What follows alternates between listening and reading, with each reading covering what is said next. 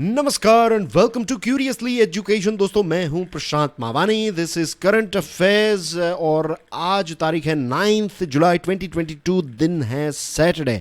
दोस्तों, मैंने already second video Shinzo एबे साहब पर बना लिया है। अगर वो वीडियो नहीं देखा है then do check it out. You can also click here to watch that video.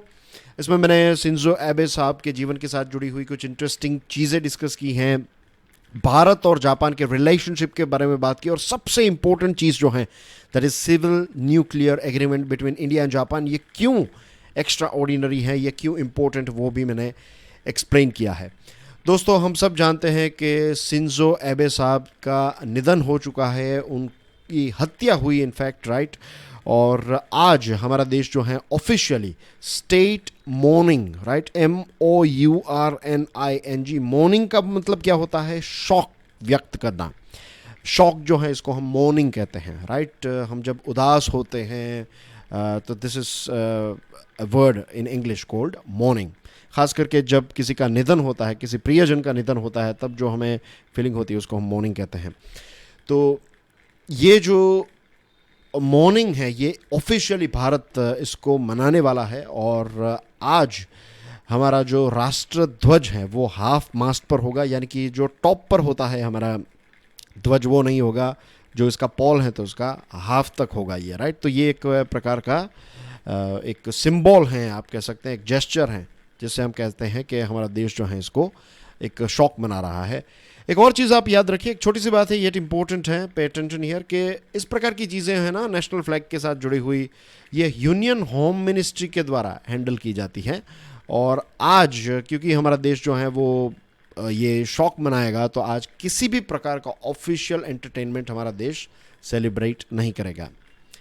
Amarnath ji shrine के बारे में बात करें तो एक बहुत ही दुखद खबर आ रही है। 40 जितने लोग जो हैं, 40 से भी ज़्यादा लोग जो हैं वो लापता है और 13 लोगों की मृत्यु हो गई, राइट। जम्मू एंड कश्मीर में अचानक एक कहते हैं ना कि जो बादल हैं, बादल गिर पड़ा या फिर टूट गया, फट गया, तो क्लाउड बर्स्ट हुआ और अचानक से बहुत ज़्यादा बारिश हुई और बहुत ज़्यादा बारिश की वजह से फ्लैश फ्लड्स हुए और इसकी वजह से बहुत सारे जो ये टेंट्स थे जो केव्स के आसपास थे तो वो पानी में बह गए और बहुत सारे लोगों की मृत्यु हुई है। पुलिस, एनडीआरएफ और दूसरी सिक्योरिटी फोर्सेस जो हैं वो एयरलिफ्ट और रेस्क्यू के ऑपरेशंस कर रही हैं। प्राइम मिनिस्टर नरेंद्र मोदी साहब ने रिलीफ ऑपरेशन की एश्योरिटी दी है और उन्होंने एक दुख भी व्यक्त किया है। और उन्होंने जो जम्मू एंड कश्मीर के लेफ्टिनेंट गवर्नर है मनोज सिन्हा साहब, तो उनके साथ भी बातचीत करके लेटेस्ट अपडेट्स जो हैं वो प्राप्त की है। उन्होंने ये भी कहा है कि जो भी चीज़ें पॉसिबल हैं, सारा पॉसिबल असिस्टेंस जो हैं वो प्रोवाइड किया जाएगा। और जिन लोगों का निधन हुआ है उनके परिवारों के साथ प्राइम मिनिस्टर साहब ने एक शोक जो है वो व्यक्त किया है। प्राइम मिनिस्टर नरेंद्र मोदी की ही बात को कंटिन्यू करें तो उनके एक बहुत ही घनिष्ठ मित्र, राइट, अरुण जेटली साहब, जो हमारे देश के फाइनेंस मिनिस्टर रह चुके हैं और काफ़ी सीनियर बीजेपी के लीडर थे, एक बहुत ही बड़ा नाम था अरुण जेटली साहब का, राइट। तो पहला first Arun Jaitley memorial lecture conduct किया गया और इसकी थीम थी growth through inclusivity through growth, right. आप देखिए, जो सबका साथ सबका विकास है, अब सरकार इसको एक नए लेवल तक, इसको और डीप ले जाने की बात कर रही है। हमने इससे पहले भी बात की थी कि कैसे हैदराबाद में जो मीटिंग हुई थी तो वहाँ पर प्राइम मिनिस्टर मोदी साहब ने खास करके माइनॉरिटीज़ जो हैं उन पर फोकस करने की बात बताई थी कि उनको साथ लेकर हमें चलना है, things like that.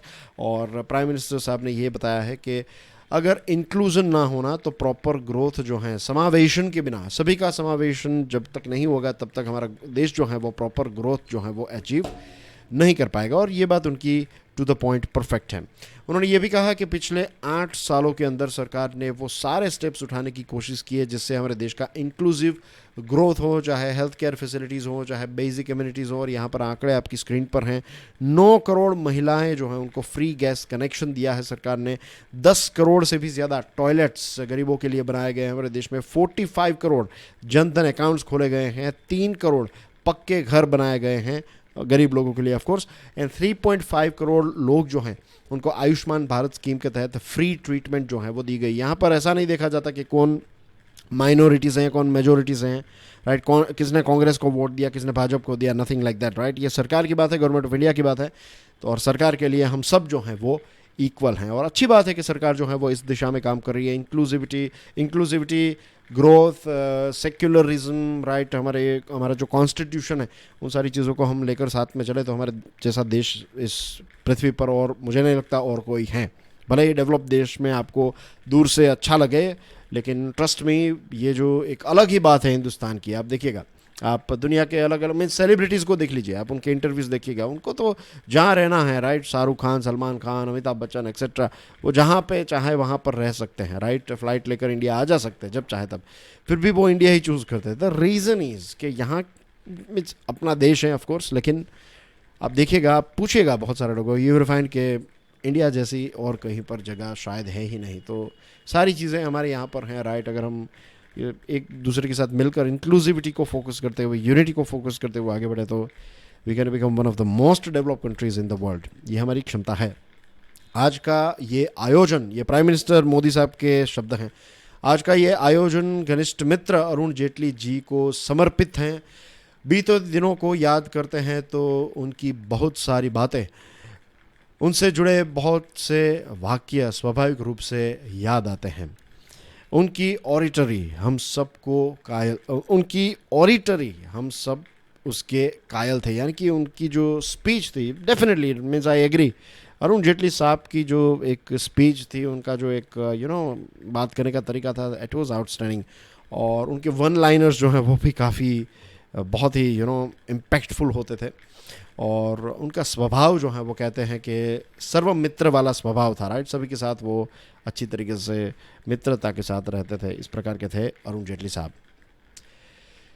Central government ने जो एडिबल ऑयल एसोसिएशंस हैं तो उनको डायरेक्ट किया है, उनको आदेश दिया है कि आप एडिबल ऑयल की जो प्राइस है, एमआरपी जो है, उसमें 15 रुपये पर लीटर इमीडिएट इफेक्ट से कम कर दीजिए, राइट। एडिबल ऑयल की प्राइस हमारे देश में कम होगी। और इसी के साथ साथ जो डिस्ट्रीब्यूटर्स हैं, मैन्युफैक्चरर्स हैं, रिफाइनर्स हैं, उनको भी कहा है कि आप जल्द से जल्द प्राइस जो है उसको डाउन कीजिए। Department of food and public distribution जो है वो इस प्रकार की डायरेक्शंस इश्यू करता है, तो ये चीज़ आप याद रखिएगा। अगर आपको ऐसा कोई प्रश्न पूछा जाए तो रिमेंबर कि department of food and public distribution जो है वो इस प्रकार की चीज़ों को हैंडल करता है।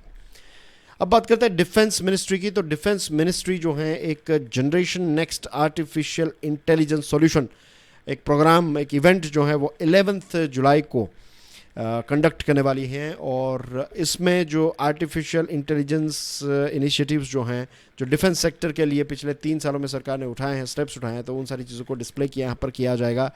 इसी के साथ एक इंटरेक्टिव सेशन होगा, ये एक अपॉर्चुनिटी होगी। आर्टिफिशियल इंटेलिजेंस जो डिफेंस में इस्तेमाल होता है तो इसको लेकर भी शोकेस होगा, राइट। आइडेक्स स्टार्टअप और आर्टिफिशियल इंटेलिजेंस को डिफेंस सेक्टर में इसका और ज़्यादा यूज़ हो, इसका और ज़्यादा ग्रोथ हो, तो इसको लेकर भी मिस्टर सिंह यानी कि हमारे जो रक्षा मंत्री हैं राजनाथ सिंह साहब, उन्होंने रिसेंटली कहा है कि एक 6th एडिशन जो ये started the 6th edition of the defence India startup challenge under the innovation for defence excellence iDEX programme.